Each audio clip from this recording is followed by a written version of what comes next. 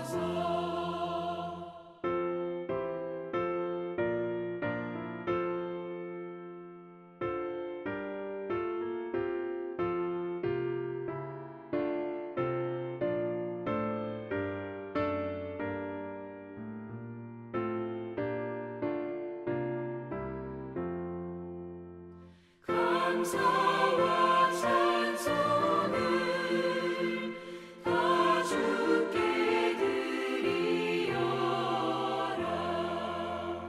저 높은 곳에서 다스리시는 주님, 영원한 하나님, 다 경배하여라. 전에도 이제도 장래도 영원히.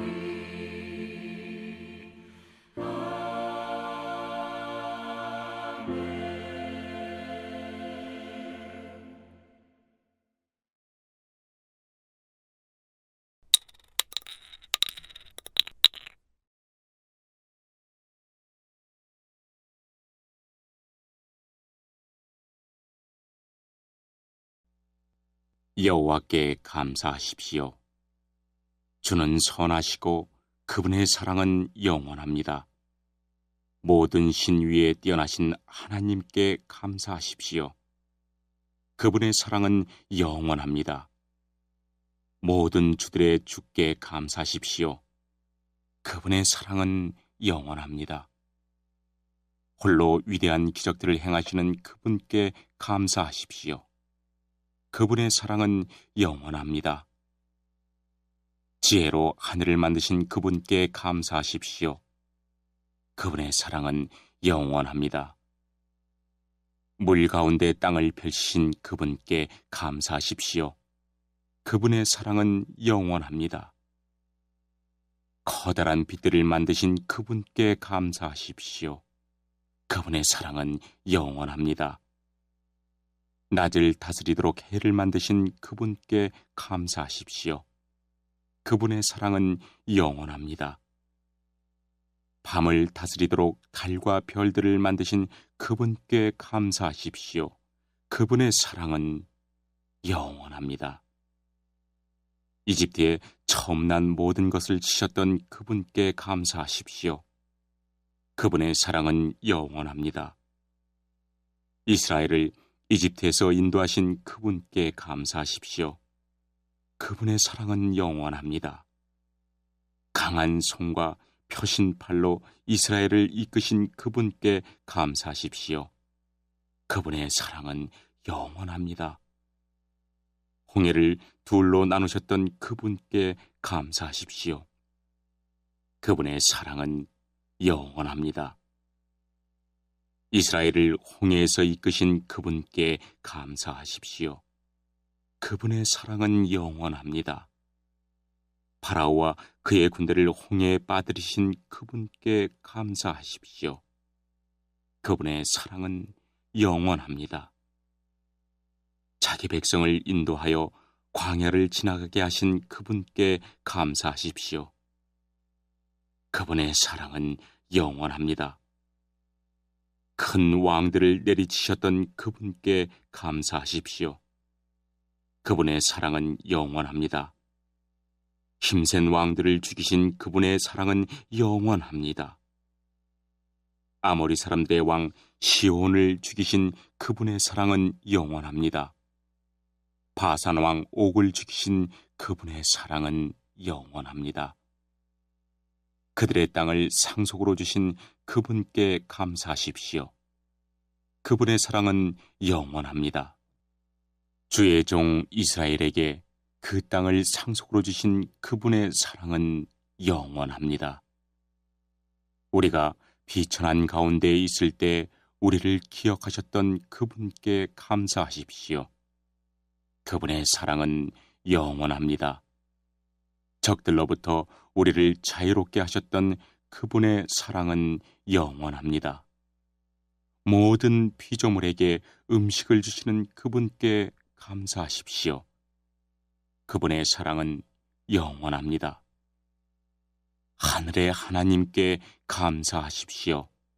그분의 사랑은 영원합니다. 이제 설교 시간이에요. 주신 말씀을 가슴 속에 새기면서 들어볼까요? 8월 31일 아자함 예배를 시작하겠습니다. 주님의 평안이 여러분과 여러분 가정 가운데 깃들길 기대하며 오늘 감사해야 할 100만 가지 이유라는 제목으로 오늘 본문 시편 136편 1절에서 26절까지 중심으로 여러분들과 말씀의 은혜를 함께 나누겠습니다. 시편에는 아주 독특한 시로 구성되어 있는 부분이 있습니다. 특히 서두나 말미에 할렐루야라고 시작하는 표현으로 시작되는 시가 있습니다. 그 시를 우리는 할렐시라고 얘기를 하는데 제1 할렐시, 제2 할렐시, 제3 할렐시 세 개의 구분으로 나누고 있습니다. 본문은 제2 할렐시에 속하게 되어 있는데 할렐루야라는 표현이 전혀 없음에도 불구하고 이렇게 할렐시라고 부르고 있습니다. 그 이유는 전적으로 유대인의 전승에 따른 것입니다. 그래서 본시가 주는 아주 스페셜한 영적 교훈이 있습니다. 우리 함께 살펴보도록 하겠습니다. 첫 번째 우리가 발견할 수 있는 것은 성도는 감사가 최우선인 신앙을 가져야 한다는 것입니다. 한글 개역성경에는 여호와께라는 말이 가장 먼저 나오지만 히브리어 원문에는 감사하라라는 말이 먼저 언급이 됩니다. 이는 여러 가지 의미에서 생각해 볼 수 있지만 무엇보다도 감사라는 것이 우리의 삶과 신앙에서 얼마나 중요한 것인지 생각하게 합니다. 즉 시인이 어떠한 이유나 근거를 제시하기에 앞서 여호와께 감사하라고 백성들에게 명하고 있습니다. 이는 감사의 제목과 이유를 명확하게 이해하고 감사하는 것도 중요하지만 이에 앞서 모든 이해타산과 욕심과 욕망을 배제하는 무조건적인 감사와 찬양을 하나님께 드리는 것이 성도의 올바른 자세이며 하나님께서 기뻐하시는 감사임을 본문은 우리에게 교훈하고 있는 것입니다. 여러분, 감사는 그 자체가 정말 중요합니다. 지금 당장 감사와 찬양의 조건이 없을지라도 또한 아주 극한 조건이라도 하나님 한 분만으로 만족하고 감사할 수 있어야 합니다. 다니엘을 생각해 보십시오. 그는 자신이 누리고 있는 제국의 총리의 자리를 위협할 뿐만 아니라 자신의 생명까지도 위협하는 대적들의 간계 앞에서도 신앙을 굽히지 않았습니다. 그리하여 당시 왕이었던 다리오 위에 다른 신에게 기도하는 자는 사자굴에 던져진다는 조소가 발하였음에도 알고도 전에 행하였던 것처럼 하나님께 감사하며 기도했습니다. 그래서 성경은 감사로 제사를 드리는 자가 나를 영화롭게 하나니 그 행위를 옳게 하는 자에게 내가 하나님의 구원을 보이리라는 말씀이 있습니다. 이와 같이 다니엘은 구원을 얻었습니다. 이 사실을 기억하고 환난과 고통의 순간에도 맹렬하고 잔혹스러운 사자 같은 대적들이 둘러싸고 공격한다 해도 결코 좌절하지 않고 감사하며 하나님을 찬양할 수 있는 성도가 되시기를 빕니다. 여러분, 이것이 바로 우리 성도의 감사의 자세여야 합니다. 비록 지금 어려움 가운데 있다 할지라도 하나님께서 능히 도우실 것을 믿고 감사하며 구원을 베푸실 하나님으로 인하여 감사할 수 있는 성숙한 자세를 가지고 있어야 한다는 말입니다. 둘째, 우리에게 주시는 교훈은 성도는 끊임없는 훈련과 가르침으로 감사를 삶 속에 깊숙이 각인시켜야 합니다. 1절 끝에는 그 인자심이 영원함이로다 라는 말씀은 본시 전체 매 절마다 빠지지 않고 언급되고 있습니다. 한글 개역 성경에는 나타나 있지 않지만 히브리어 원문에서는 본 문장 앞에 왜냐하면의 접속사가 포함되어 있습니다. 즉 시인은 하나님께 감사해야 될 가장 큰 이유로 그분의 영원한 인자하심을 언급하고 있다는 것입니다.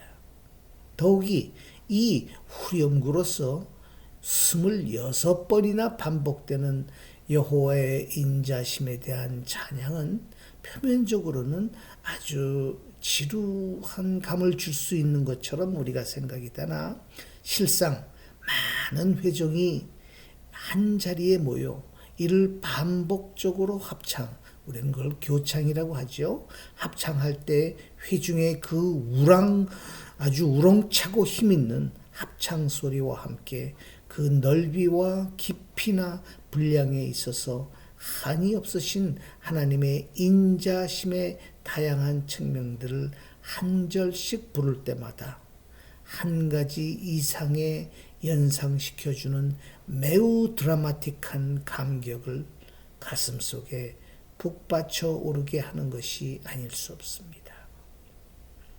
그것들은 거의 과거 역사에 의존되어 있기 때문에 학자들은 이 시를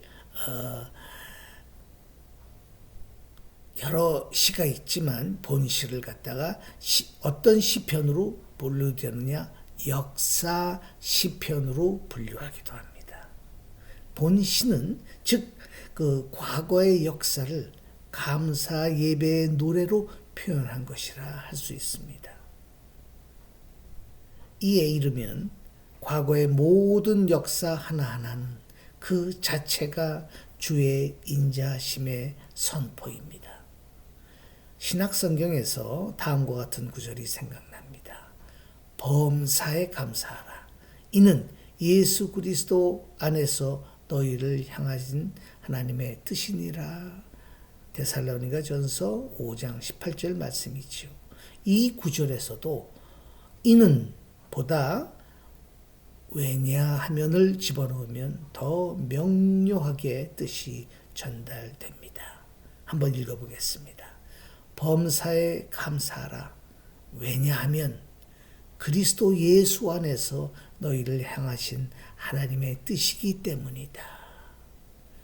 여러분, 하나님께서 선하시고 인자하시는 분이라는 사실이 우리 머리, 가슴, 아니 온몸에 각인이 된다 그러면 하나님을 향해서 원망과 불평이 나올 수 있겠습니까? 아니, 그 하나님을 향해서뿐만 아니라 세상을 향해서도 마찬가지입니다. 그 좋으신 분, 인자가 한이 없으신 분을 섬긴다라는 의식이 분명하다 그러면 어떻게 입에서 부정적인 말, 욕하는 말, 추한 말, 덕스럽지 못한 말이 한마디인들 나올 수 있겠습니까? 오히려 감사의 말, 덕담, 은혜로운 말, 긍정적인 말, 위로의 말, 격려의 말, 힘이 되는 말, 그 입에서 흘러나오게 마련입니다. 오늘부터 우리의 모든 삶에 하나님에 대한 감사와 믿음, 찬양과 찬미의 말씀으로 가득 차게 하십시오. 매일매일 인자하심이 영원하다고 끊임없이 외치십시오. 그래서 그 삶이 감사와 찬양으로 각인되어 도저히 감사하지 않고는 찬양하지 않고는 견딜 수 없는 그야말로 감사와 찬양으로 넘치는 삶을 살아가는 성도가 될 수 있기를 바랍니다. 자, 세 번째로 중요한 것은 아는 것이 아니라 믿고 그를 통하여 구원을 이루는 것입니다. 10절에서 25절까지의 말씀은 이스라엘의 구원자이신 하나님의 구원의 사역에 대한 열거와 이를 통해서 우리가 감사 찬양을 독려하고 있는 말씀들입니다. 시인은 여기서 하나님의 구원 사역의 가장 대표적인 일례라고 할 수 있는 출애굽 사건과 계속해서 또 가나안 정복과 정착에 이르는 사건 중에서도 가장 기념될 만한 일들을 언급하면서 구원의 하나님께 감사하며 찬양하고 있습니다. 사실 이 출애굽 사건은 오늘날까지도 이스라엘 백성에게 가장 큰 영향력을 끼치고 있으며 또한 결코 잊을 수 없는 민족의 구원의 날입니다. 그러므로 이 사건은 하나님의 존재의 근거 그리고 하나님의 찬양의 근거가 됩니다. 여러분, 하나님께서 오늘도 이 세상에서 당신을 나타내시며 놀라운 이적과 기사를 이루고 계십니다.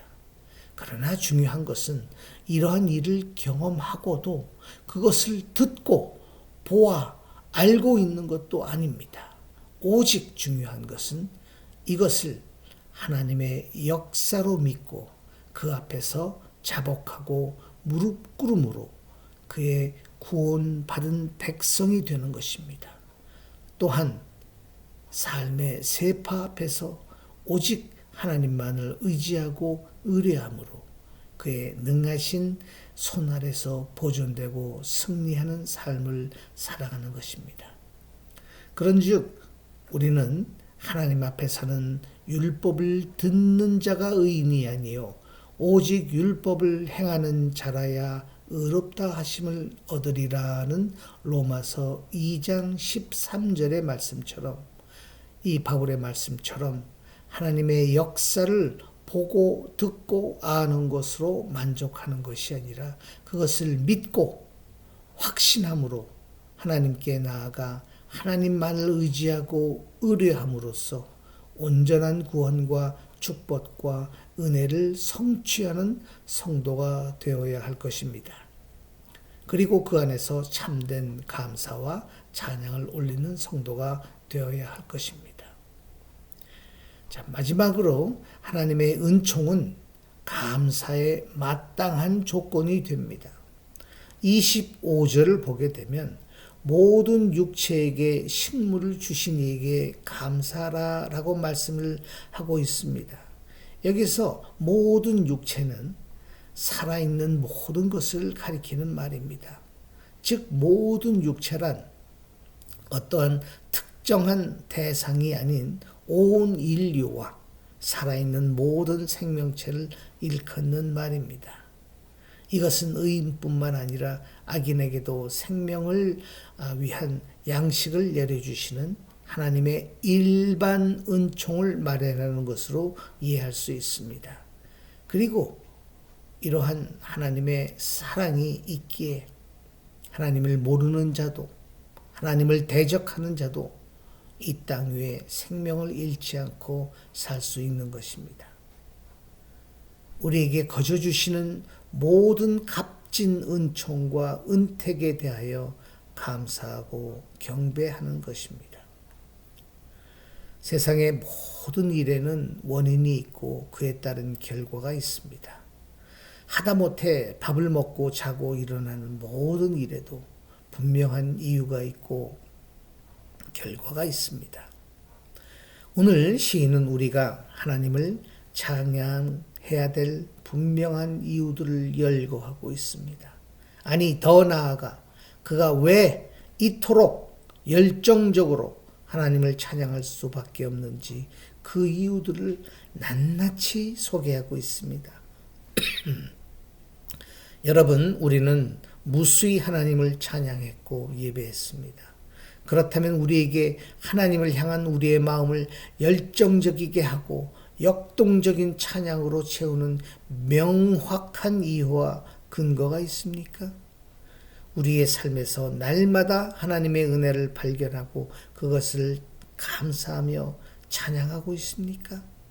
이것이 없다면 우리의 찬양은, 우리의 예배는 그저 공허한 메아리이며 시끄러운 거리의 소음에 지나지 않을 것입니다. 정녕 우리는 오늘 시인의 고백처럼 하나님의 사랑에 대한 분명한 인식과 이해를 가지고 어느 때라도 열정적인 찬양과 예배를 올려드릴 수 있는 성도가 되어야 하겠습니다. 여러분, 매일매일 감사하시기 바랍니다. 아멘. 오늘 주신 말씀을 기억하면서 다음 내용을 서로 묵상해봐요.